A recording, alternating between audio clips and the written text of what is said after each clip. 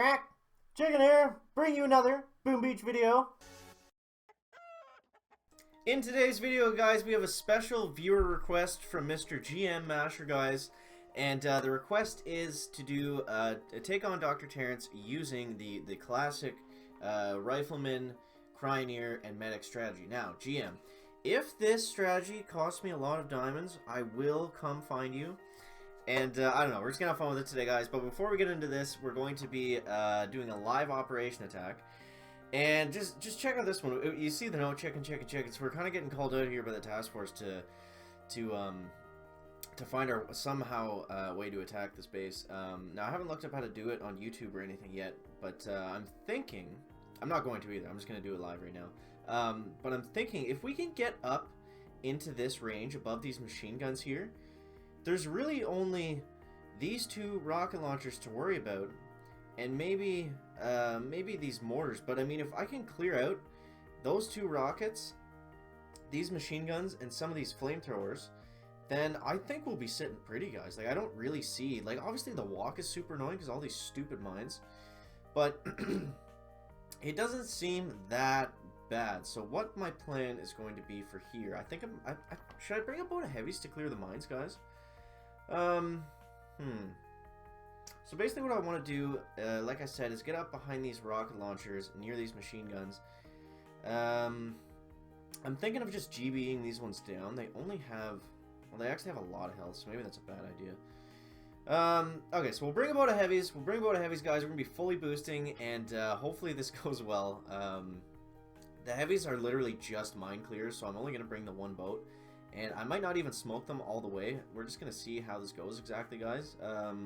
So, little power powder update. We are back in the rise. I'm around, we'll check in a sec, but I think I'm around like 55 or something. And I have a ton of shards currently in the statue garage, guys. So you see there, I'm still working down all these shards. We're at 46. But I mean, I just boosted 9 statues, so that's probably... so I was up at like around 60 or something before that. But anyways, guys, we got to focus up. We got a big attack here. Hopefully we can make something of this.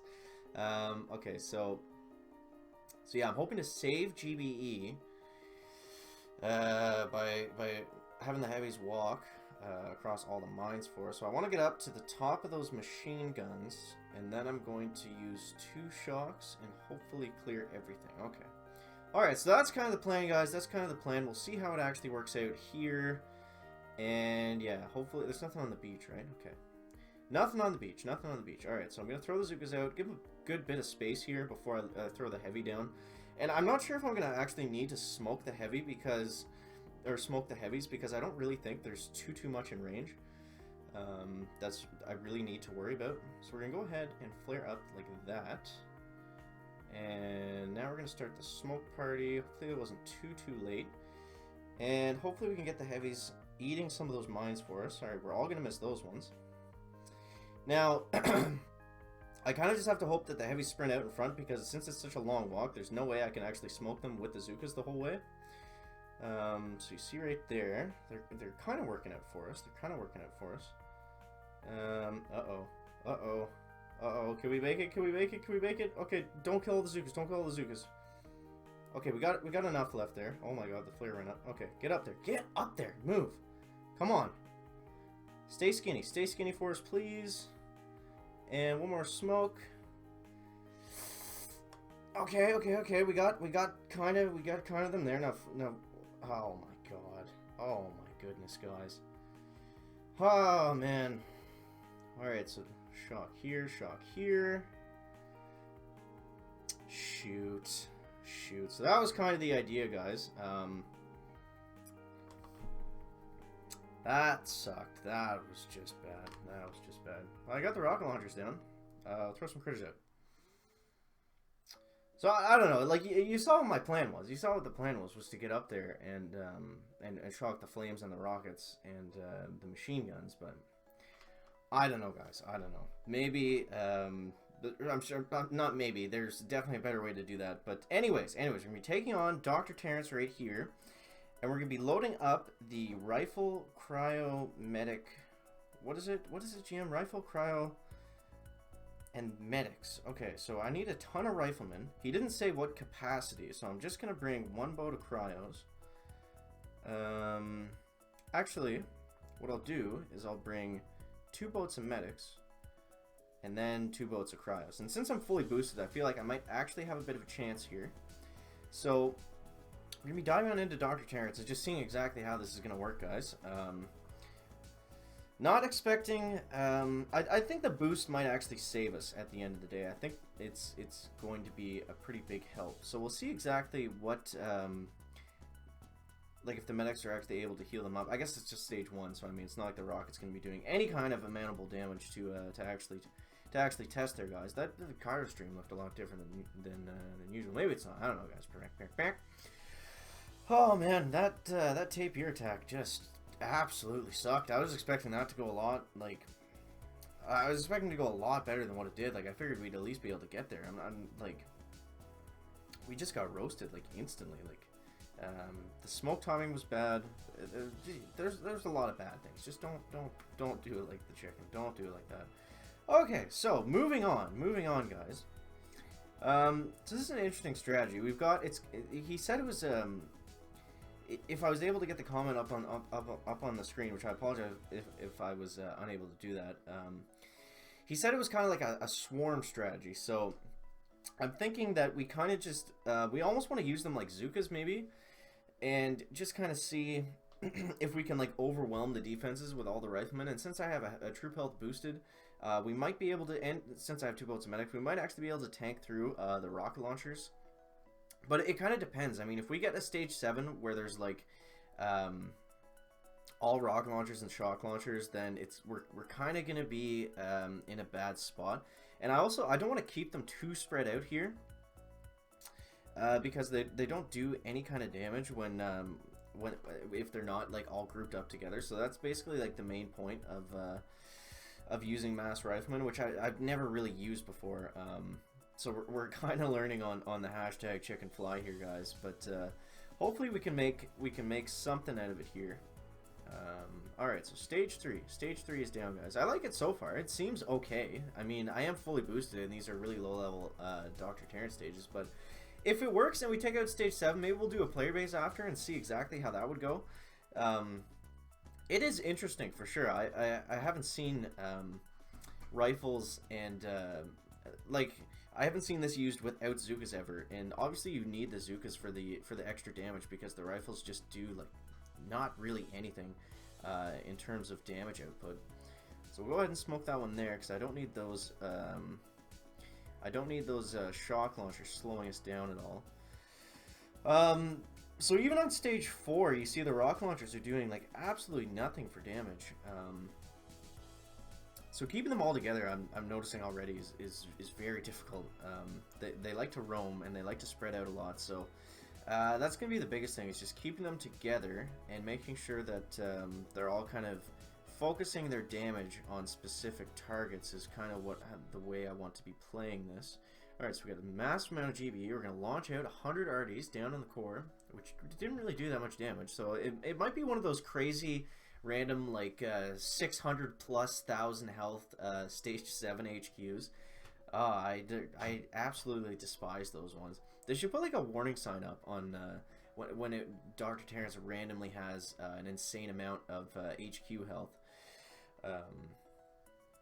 It should be like I don't know, like a different color or something. Like maybe make his HQ orange that day with like a big warning sign over it. I don't know.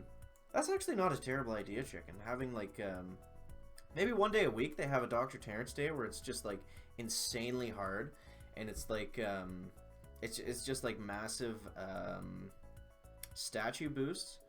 So we get like a 1.1 million health core with like a ton of rock launchers and stuff. I don't know. I think that would be kind of neat. Maybe they give you like guaranteed crystals on stages 5 and 6 or something, and you like if you like getting one on stage 7 is like up to chance, but like you get a lot of prototypes or something like that. I don't know. Any kind of change is usually good, guys. Alright, so what are we focusing on here? I want to keep them all on the right side. Flamethrowers are big no. We want to stay away from those if at all possible. Okay, so 1, 2, 3. We're just kind of damaging. I gotta stop. Once we get on the earlier stages, of Dr. Terrence, it's good to use your extra GBE on the HQ, but once you get around like stage 5 and stuff like that, you're really better off focusing your extra GBE onto specific buildings. Because number one, it's going to make the raid easier, the less defenses there are. And number two, it's actually going to take out more HQ health, because each building that you destroy takes out a percentage of the HQ, right? I'm not sure exactly what it is, and it's not huge or anything, but it is better than using like 22 GBE. Oh, we froze here, guys. Just a sec.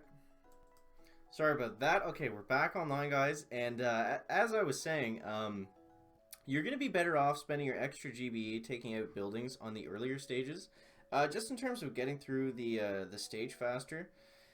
I definitely made the mistake a lot where I would just kind of launch my I would launch my GBE down at random buildings, or sorry, at the HQ while I was making my way up, and you're going to be better off just to take out specific defenses.